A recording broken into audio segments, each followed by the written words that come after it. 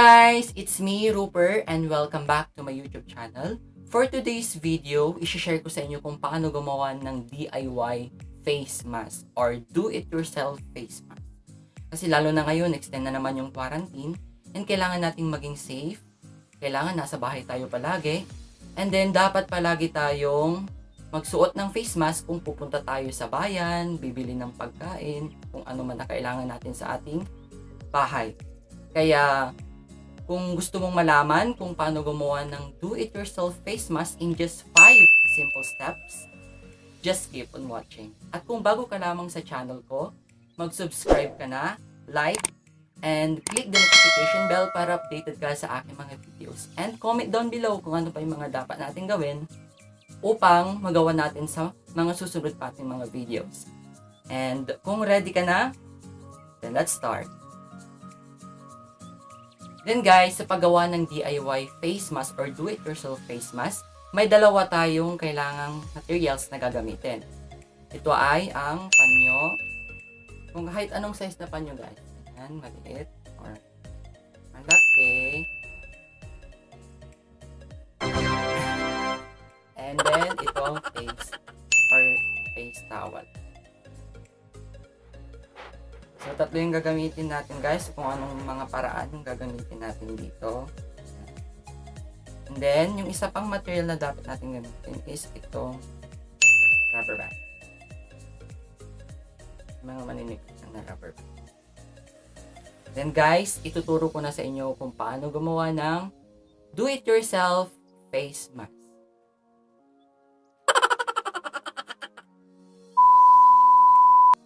So guys, tuturuan ko na kayo kung paano gumawa ng DIY face mask. So, ang una muna natin gagawin is itong maliit na panyo. So, stretch natin guys. Siyempre, kung bagong labas siya, puksot siya. Ayan. Then, make sure guys na yung gagamiting panyo is dapat malinis. Ayan. First step, i-fold natin siya into 2. Ayan. Tapos, itong pinag-foldan is ito yung magiging lower part. Tapos, yung nasa baba, magiging upper part. Yun yung first step. So, ilalagay mo siyang ganyan, ganyan. Dito ba guys? Sorry sa ano po, pa ako. Ayan. Tapos, yung upper part, second step na to guys, second step. Second step, yung upper part is i-fold mo siya ng half. Ayan. Upper part, i-fold natin siya sa middle. Yun yung step 2. And then, step 3, yung lower part naman ang ilalagay mo sa middle. So, bale, hati sila ni upper part, half kay upper part, upper part, half kay lower part. Ayan. Then, fourth step, kukuha ka na ng rubber band. So, yung mga rubber band guys, yung mga rubber band ng kapatid ng babae or mga ate nyo, or yung mga pinagtahian, or yung pinagtalian ng gulay, pwede nyo gamitin guys. Iba-ibang color, di ba? Ayan. So, yan, di ko yung binili guys. Kinuha ko lang siya. Opa. Ayan. So, kukuha tayo ng dalawa. Ayan. Tapos, fourth step, i-ano natin siya. Papasok natin siya. So, yung size nito guys, dapat 1/3 lang. 1/3, 1/3. So, tapos na natin nalagay yung isang rubber band. Then, susunod na din yung pangalawang rubber band. Ayan guys. So, yan yung magiging itsura niya. Tapos, itong 1/3, ipapasok natin siya dito. So, i-open natin itong sa gitna, tapos ipapasok natin siya. Tapos, ito namang isa, ganun din. Ipapasok din natin siya sa gitna. Ayan. Tapos, fold mo siyang ganyan, balik mo siya ulit sa middle. Ayan. Then, okay, may face mask siya.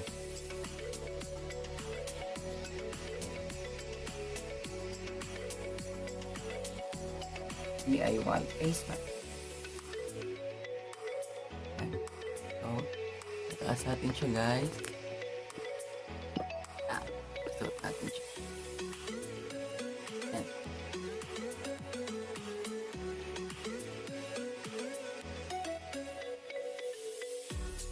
Ayan. Meron tayo DIY face mask. Next step naman guys, gagamitin natin tong malaking panyo. Ayan. Tapos na natin yung maliit na panyo. Then sunod tong malaking panyo. Same procedure din guys. First step, hatiin sa gitna.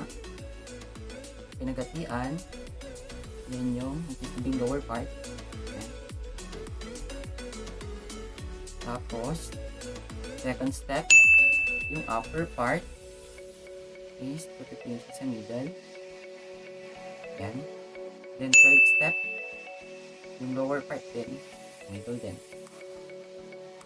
Then fourth step, wala tayo ng dalawang rubber band. Then lagay natin sa gilid, 1/3. Then another 1/3. Ayan. Tapos ganun din, kunin mo itong dito, yung 1/3, and then ipapasok mo sa gitna. Yan. Then, ganun din. Yung isa, yung sa gitna. Yan. Ano tayong DIY face mask using the big towel or malaking panyo, big handkerchief. Ayan. So, harap natin ulit guys. Then try natin. Ayan. Natin.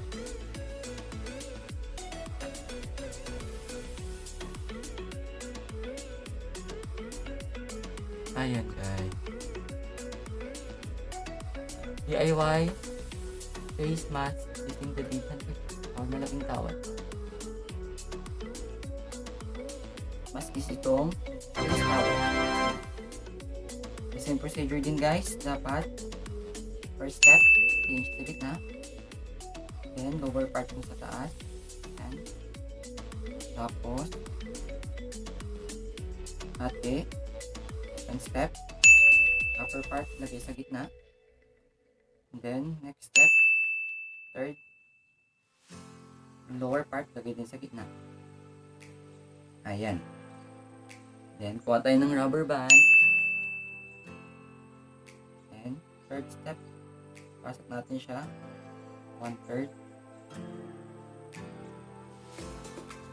Ayan. Ayan. Tapos, fourth step, lagyan natin sa gitna.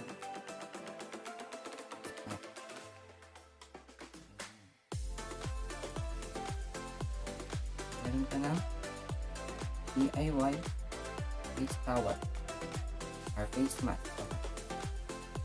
Face towel. Ayan. Iharap natin sa akin guys. Para matry natin. Ayan. Natin. Ayan. Meron na tayong DIY face mask using the face towel.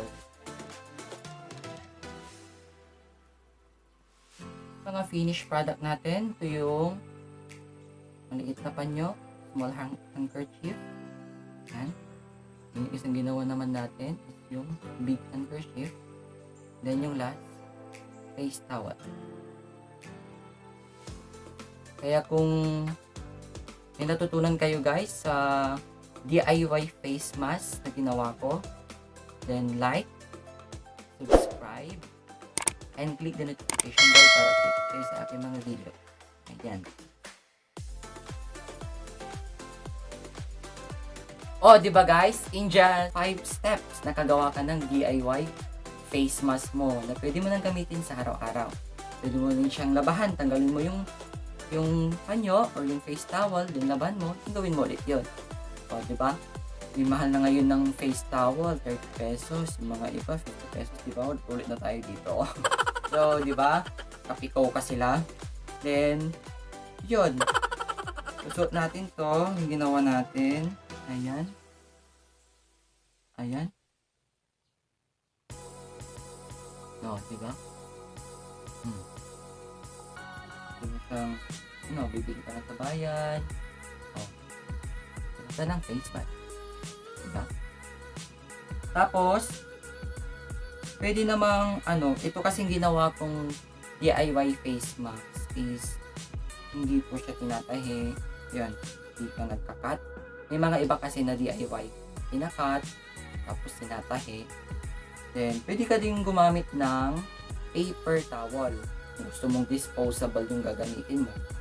So, kasing sa akin, may panyo ako, towel, tapos syempre, ako lang yung may pangalan na quarantine pass. So, ako yung bumibili ng mga kailangan namin dito sa bahay. Then, naisipan ko, tas iisa lang kasi yung face mask ko na binili ko sa bayan. For 30 pesos ata yun. Ginagamit ko sa pagka-travel sa school. Yun. Siyempre, pag-iisa lang. Tapos, hindi mo nalalaban. Tapos, siyempre diba, naglalaba ako ng twice a week. Hindi ko na gagamit ulit yun. Kaya, naisipan ko, pwede pala na pwedeng gumawa ng DIY face mask using your handkerchief or your face towel. So, guys, kung natulungan ko kayo sa paggawa ng DIY face mask, please like, subscribe, and click the notification bell para updated kayo sa aking mga susunod pang mga videos, and comment down below kung ano pa yung mga dapat natin gawin.